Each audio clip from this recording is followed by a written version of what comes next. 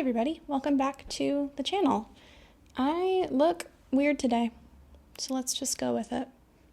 Today is going to be my reading radar in response to Heather's reading radar.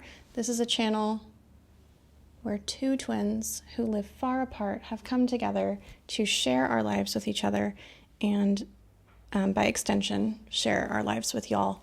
So I'm one half of that. My name is Hope, her name is Heather, and we've been kind of going back and forth with videos for the last few months now, and this is the newest one that she's come out with, and I wanted to respond to it. So these are all the books that I'm going to plan to read in 2025.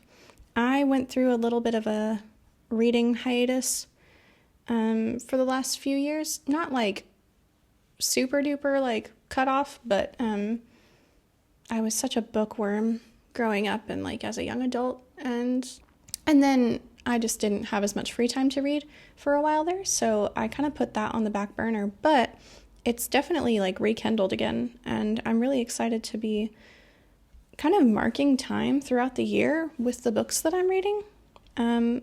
So without further ado, in no particular order, my first read of the year is going to be A Court of Thorns and Roses by Sarah J. Maas. I know that this is a book that's like super popular. I have been lucky or not lucky to be one of those people who has gone this long. I didn't realize this book is a decade old. I don't know anything about it, and I have kind of just managed, I don't know, to avoid everything about this book and the whole series. So I guess I'm going to read those. I'm excited. I'm going to do a reading vlog on my personal channel. Never done one of those before, but I figured this series is supposedly that iconic that maybe I should. When 19-year-old huntress Fair kills a wolf in the woods, a terrifying creature arrives to demand retribution. Dragged to a treacherous magical land she knows about only from legends, Fair discovers that her captor is not truly a beast, but one of the lethal, immortal fairies who once ruled her world. At least he's not a beast all the time. As she adapts to her new home, her feelings for the fairy, Tamlin, transform from icy hostility into a fiery passion that burns through every lie she's been told about the beautiful, dangerous world of the Fae. But something is not right in the fairylands. An ancient, wicked shadow is growing, and Fair must find a way to stop it, or doom Tamlin and his world forever. Okay. I was not expecting that. I don't know if that's how you say her name, but I picture it like Jane Eyre, Fair, because it's spelled E-Y-R-E. Pretty name. I like that. That's really pretty. Books number 2, 3, 4, and 5 are the rest of the books in that series. So I'm not going to read the blurbs about those. I'm just going to try to commit to reading them this year. I don't know what I was thinking. That vest is way too hot to be wearing right now. The next book I want to read is called The Rise of Deragon. This is the sequel and somewhat like standalone book in a duology by the author Sydney Applegate. She is a local to Texas author, and she is an incredible woman. Beautiful writer. I have met her and have the privilege of knowing her and calling her a friend. It has been a joy to read her books. And so this is the second one. I've read the first one. The first one is called The Fall of Jericho. And now I am pumped to get into The Rise of Deragon. Some secrets are better left buried. For 20 years, an ominous dream turned doomsday prophecy has haunted Broadcove Castle, and when all eyes are on the king and queen to ensure their safety, everything turns on its head when Princess Pandora Deragon is stolen in the night by a mysterious masked stranger. Now, stranded on an unknown isle and held for ransom, Pandora discovers that her ultimate fate lies in the hands of Kit Andromeda, a Mosaian man whose estate she's now held in, and whose hatred for Venus and Jericho runs alarmingly deep. Pandora never adopted her aunts and uncles' knack for violence, but to stay alive she'll have to dig deep into her alternative arsenal. Each hour of her survival is dependent on how well she can stay out of Kit's way and not cause problems. But after years of longing for a romantic connection, Pandora begins to wonder if stirring up affections for Mr. Andromeda might ensure her safety once and for all. It's a seamless plan.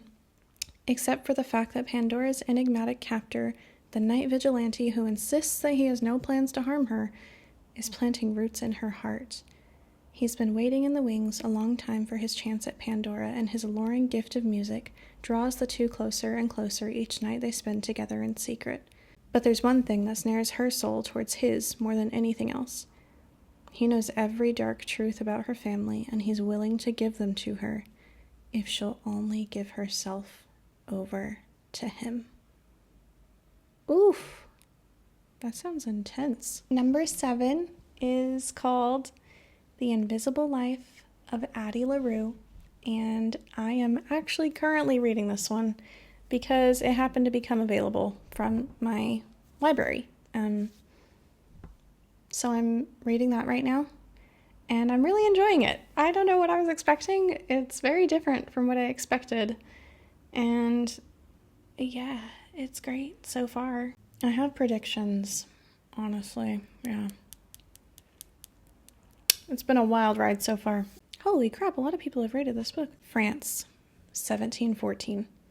In a moment of desperation, a young woman makes a Faustian bargain to live forever and is cursed to be forgotten by everyone she meets.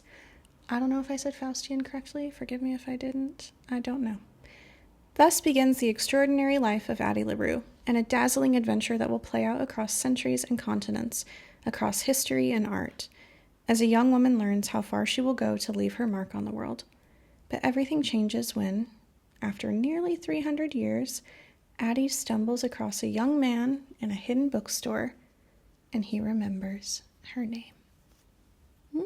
See, I haven't even read these blips. It's interesting to hear that little, hook for the story that I'm reading currently. Number 8 is called Deep End. This came to my attention because of my twin, Heather, and she said it was good, so I figured I should read it. A competitive diver and an ace swimmer jump into forbidden waters in this steamy college romance from the New York Times best-selling author of The Love Hypothesis. Sorry, don't know that. Scarlett Vandermeer is swimming upstream. A junior at Stanford and a student athlete who specializes in platform diving, Scarlett prefers to keep her head down, concentrating on getting into med school and on recovering from the injury that almost ended her career. She has no time for relationships. At least that's what she tells herself. Swim captain, world champion, all-around aquatics golden boy, Lucas Blomqvist,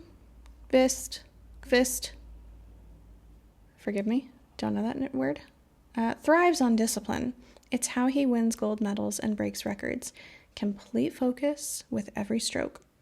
On the surface, Lucas and Scarlett have nothing in common until a well-guarded...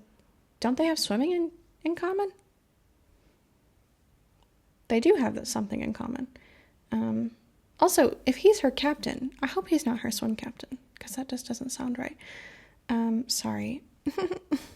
On the surface, Lucas and Scarlett have nothing in common until a well-guarded secret slips out and everything changes.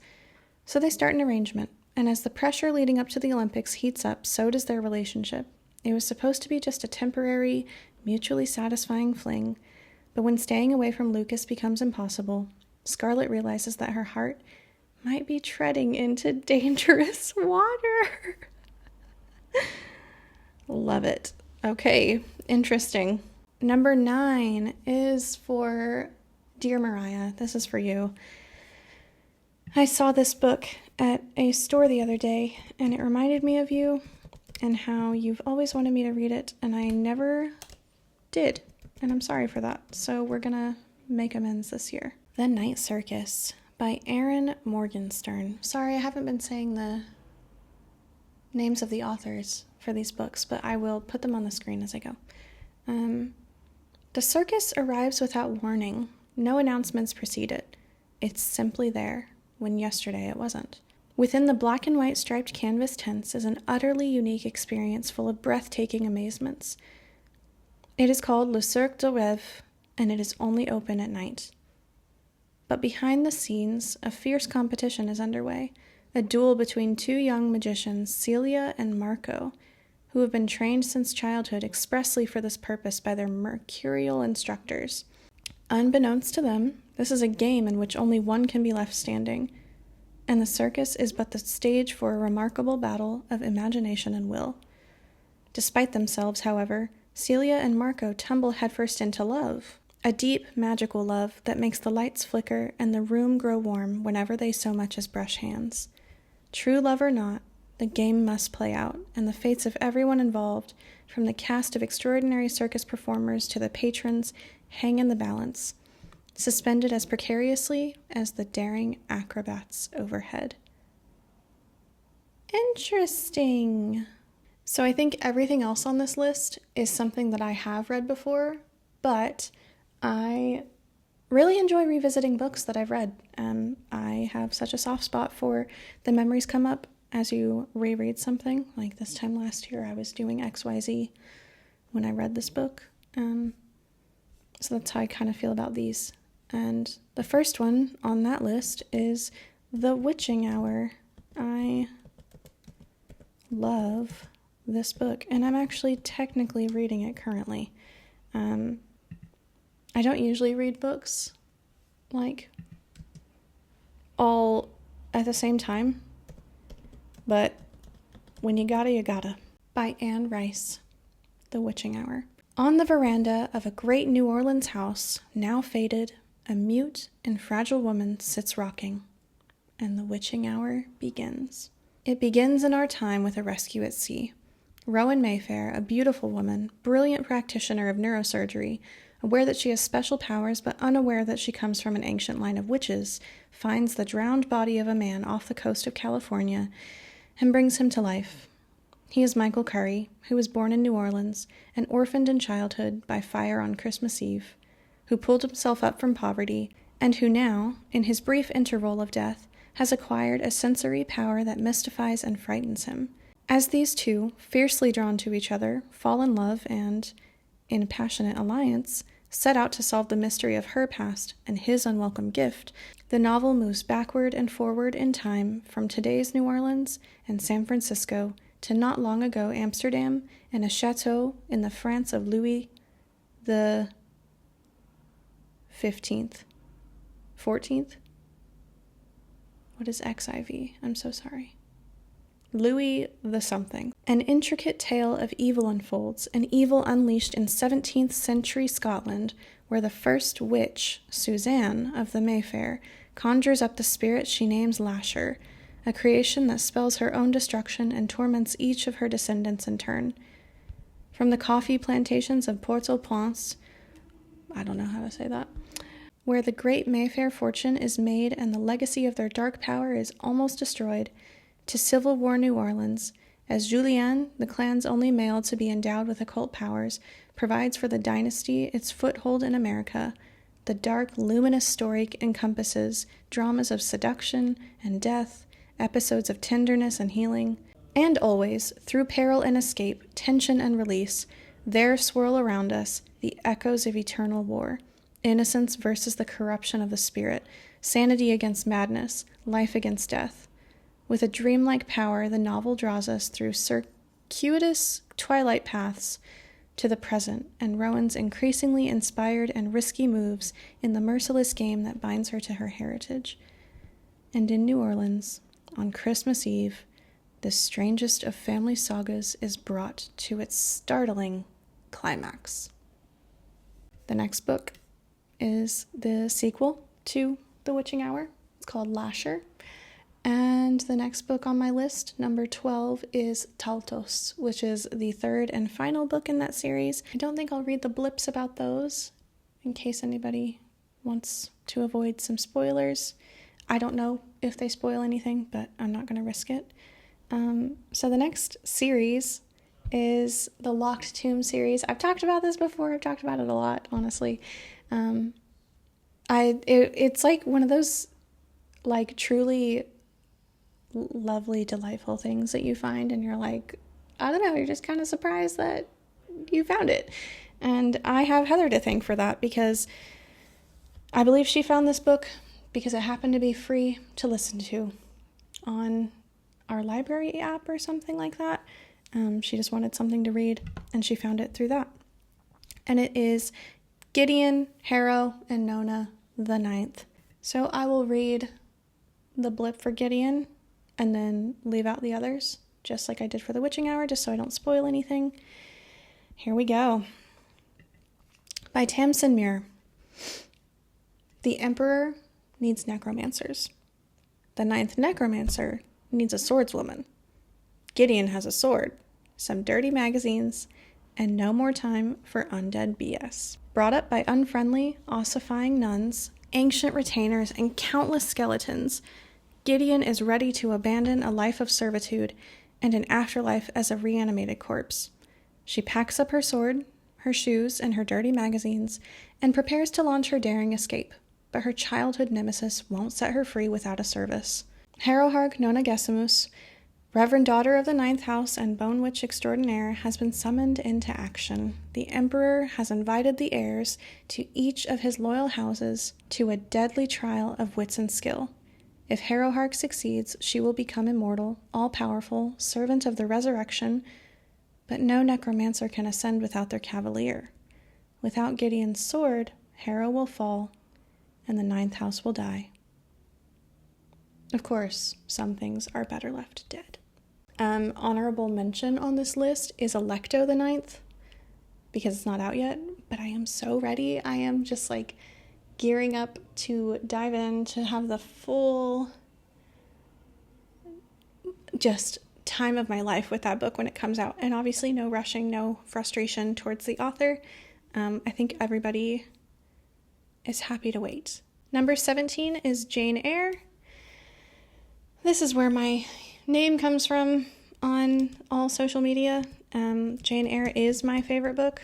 Charlotte Bronte tells the story of orphaned Jane Eyre, who grows up in the home of her heartless aunt, enduring loneliness and cruelty. This troubled childhood strengthens Jane's natural independence and spirit, which prove necessary when she finds employment as a governess to the young ward of